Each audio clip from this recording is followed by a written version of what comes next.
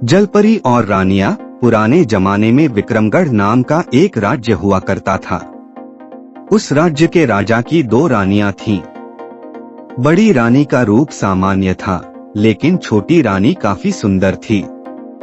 इस वजह से राजा छोटी रानी को अधिक प्रेम करता था और वह छोटी रानी की हर बात भी माना करता था। एक दिन छोटी रानी ने राजा से बड़ी रानी की शिकायत कर दी।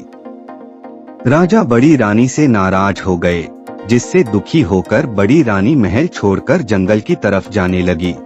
रास्ते में एक नदी पड़ी, जिसके किनारे पर एक अनार का पेड़ था। बड़ी रानी उसी पेड़ के नीचे बैठ गई और रोने लगी। उसकी रोने की आवाज सुनकर नदी से एक जलपरी आई। जलपरी ने रानी से उसके रोने की वजह पूछी। रानी ने रोते हुए उसे अपनी सारी बात बता दी। बड़ी रानी की बात सुनकर जलपरी ने कहा, इस नदी में 3 डुबकी लगाकर स्नान करो। फिर इस अनार के पेड़ से एक अनार तोड़ लो। ऐसा करने से तुम भी रूपवान हो जाओगी, लेकिन मैंने जितना बताया है सिर्फ उतना ही करना, न इससे ज्यादा करना और न ही कम करना। इसके बाद बड़ी रानी ने परी की बात मानते हुए वैसा ही किया। रानी ने जैसे ही नदी में पहली डुबकी लगाई तो उसके शरीर का रंग साफ हो गया। दूसरी डुबकी लगाने पर रानी का शरीर सुंदर कपड़े और जेवर से सज गया। तीसरी डुबकी लगाते ही रानी के बाल लंबे, घने और सुंदर हो गए। अब बड़ी रानी बहुत ही सुंदर हो गई थी।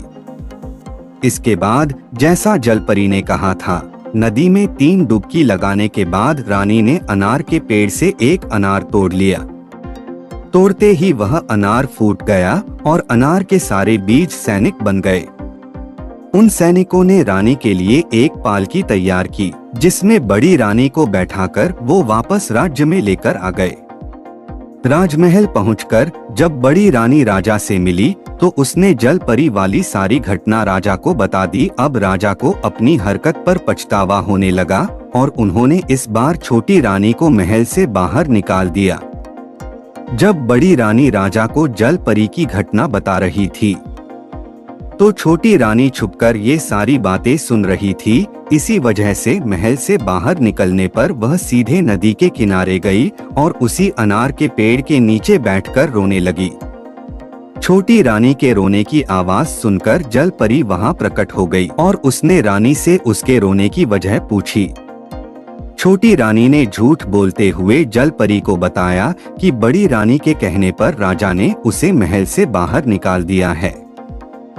यह सुनकर जलपरी ने छोटी रानी से भी कहा कि पहले इस नदी में 3 बार डुबकी लगा, फिर इसी अनार के पेड़ से एक अनार तोड़ लो, लेकिन न इससे ज्यादा करना और न इससे कम करना। ऐसा कहकर जलपरी वहां से फिर गायब हो गई। जलपरी की बात सुनकर छोटी रानी बहुत खुश हुई।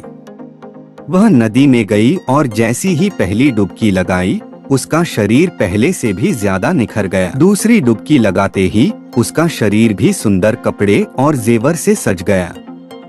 तीसरी डुबकी लगाने पर छोटी रानी के बाल और काले, घने, लंबे और सुंदर हो गए। अब छोटी रानी पहले से भी ज्यादा सुंदर दिखने लगी थी, लेकिन छोटी रानी ने सोचा कि अगर वह 3 डुबकी लगाने से इतनी सुंदर हो सकती है तो और डुबकियां लगाने पर वह और अधिक सुंदर हो जाएगी। उसने ऐसा सोचकर कई सारी डुबकियां लगा ली। ऐसा करने पर छोटी रानी के शरीर के सारे कपड़े फटे और पुराने हो गए। उसके सारे गहने गायब हो गए। उसके शरीर का रंग भी गहरा हो गया। शरीर पर दाग और दाने निकल गए। छोटी रानी अब पहले की तरह सुंदर नहीं लग रही थी। रोते हुए वह नदी से बाहर आई और अनार के पेड़ से एक अनार तोड़ा। अनार तोड़ते ही वह फूट गया। उससे एक सांप निकला और वह रानी को खा गया। कहानी से सीख। इस कहानी हमें सीख देती है कि दूसरे लोगों के लिए कभी बुरा नहीं सोचना चाहिए। दोस्तों, कहानी अच्छी लगी हो तो प्लीज लाइक और सब्सक्राइब कर दें।